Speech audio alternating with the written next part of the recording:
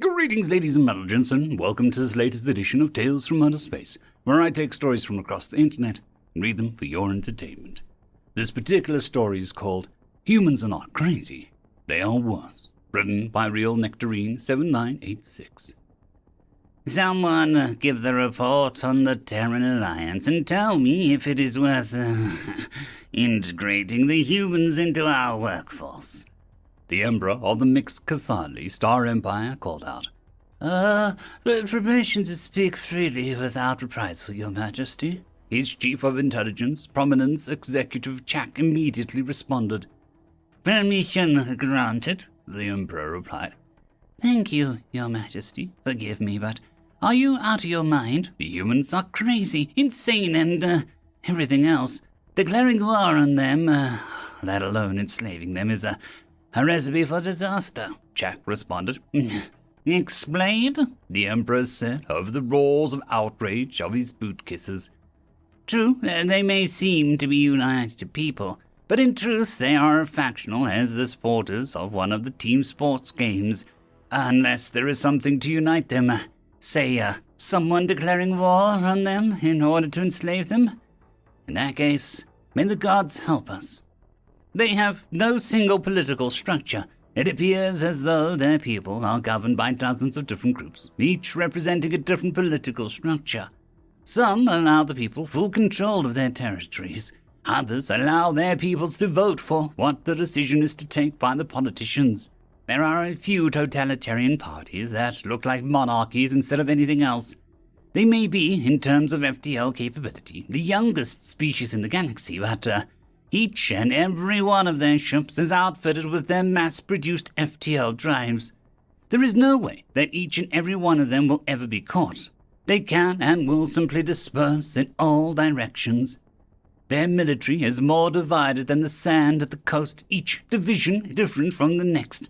No sense of unity to be found between individual units. Gods, even their weapons differ. Some units using energy-based weapon systems, the next wields archaic kinetic weaponry. The humans cannot even decide on a single military doctrine to employ during times of war. I mean, during their first contact war with Katninas tried to enslave them, that short 3-year conflict, the humans employed on average 20 to 30 different strategies each month, each distinctly different from the other. This included everything from the so-called Zerg rushing, where the humans attacked in a big massive frontal charge, to Blitzkrieg, which were the humans focusing on a strong assault on a narrow point, generally where the Katnina lines were the weakest, breaking through and causing massive havoc behind enemy lines. At least, that is what I understand from the reports our observers sent back. Their economy, granted, is far superior to ours in structure and flexibility, while our output is far greater than theirs. They can, and have on numerous occasions in their history, convert entire sectors of their economy into war production facilities. And once the war was over, they simply undid the changes they did and get on with life, Chak said. So what is the problem? One of the Emperor's bootlickers asked, no doubt trying to earn favor by asking a big question. Joke's on him. Chak was not yet finished with his report, and the Emperor is an old friend of his. As I have stated before, if threatened, the humans will unite into a singular entity and act as though controlled by a hive mind. During my visit to the Sol system from where they originate, I've discovered that humans are Deathworlders. Whilst at first glance their planet, Earth or Terra, depending on which person you ask, in any one of their hundreds of languages. Another thing that is infuriating about humans can be classified as a Class 2 agricultural world, were it not for the abundance of water on the planet. That is until you land on the surface. Global average temperatures along the equator average at well over 5 degrees higher than that of our own home world. Bone-dry deserts, ready to evaporate all the fluid in your body in what feels like seconds. Sweltering rainforests and arid ice-snow sheets where the moisture content in the air is even lower than that of a blasted desert, Chak continued, silently smiling at the looks of horror on the faces of the counselors. How can any species survive in such an abysmal planet? Another bootlicker asked. The humans don't just survive in that hell. They evolved in it and revel in the infernal climates. Jack began speaking again. And not only that, their planet has the widest variety of ecosystems I've personally ever seen on a singular planet. And the humans, they have armed forces dedicated to fighting in each and every one of them. And that is not even the worst part. A shiver seemed to go through the chamber at his words. "Please explain," the Emperor requested, looking a bit pale. He knew that I was not the one to lie, especially in front of my friends. Humans have had something called an internet. It is a collective database of seemingly immeasurable size, most of which is accessible to each and every member of the human race. This includes some rather vivid images that, even now, 15 years later, I still try to forget. And gods above, the horrors of adverts on the internet. Thank the gods a young teenager taught me the uses of ad blockers. Anyways, I'm getting sidetracked. The humans have something they call MMO games, except those things weren't games. The humans are training their youth to become savage soldiers with their milsims, short for military simulation games, commanders through the real-time strategy games, and mass murderers through hack-and-slash games, all of which include achievements whereby the players need to slaughter/kill/defeat massive amounts of their opponents, some of whom are modeled after members of the galactic community.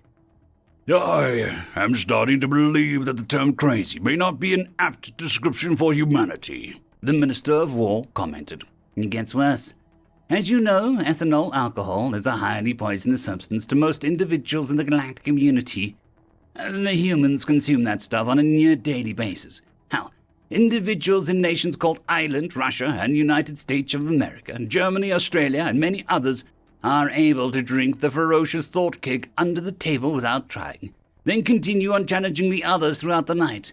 Oh, and reminds me, if you encounter an intoxicated human during your travels and he or she smells of alcohol, it would be highly advisable to run.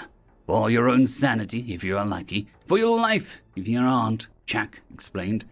Their food is exceptional, however. Amongst the many souvenirs I brought back from my visit, I am proudly in possession of numerous large tomes of knowledge revolving solely around their culinary arts. Just then, a messenger burst into the room. Your Majesty, forgive the intrusion, the soldier called out, holding a seal of the Intelligence Department high in the air. Report, soldier, the Emperor commanded. The Axis Dominions declared war on the humans, the soldier spoke up. They wish to enslave them. Jack released a sigh. I bet my collection of books on human culinary arts that the humans will win the war in a year. I'll take that bet, the Minister of War said. I'll bet my personal heavy cruiser that the Dominion will destroy the Terran Alliance in at least 5 years. Did I forget to mention the humans can play dirty? I wondered aloud. The next week, reports came in of the human victory during the first battle on the Edge of Sol, and the subsequent nuking of several Haxus military outposts, which forced the Haxus leadership to enter peace talks with the humans after they threatened several other worlds with their dreaded weapons. Did you expect this to happen? The Emperor asked from his seat next to Jack on the observation deck of the latter's new personal cruiser. I didn't even know that the humans had fission bombs at their disposal. I believe that they had dismantled each and every one of them some 200 years ago, Jack responded. What did you expect the humans to do then? The Empress Consort, my older sister, asked. Honestly, I expected the Terran Navy to rout the Haxus fleet, then launch an all-out invasion deep into Haxus territory, culminating in an invasion of Haxus Prime itself, Jack said. Oh, come now. Surely they are not that stupid, the Empress said. I did say that they were crazy, didn't I? Jack said. Oh, wait. The Minister of War was correct. Crazy is by far too polite a term for what the humans really are. End of story.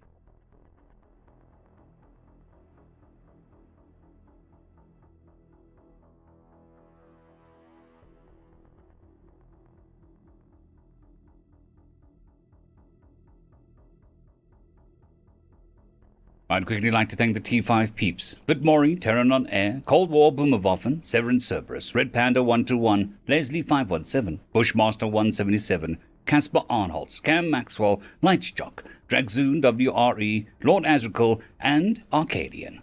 Thank you.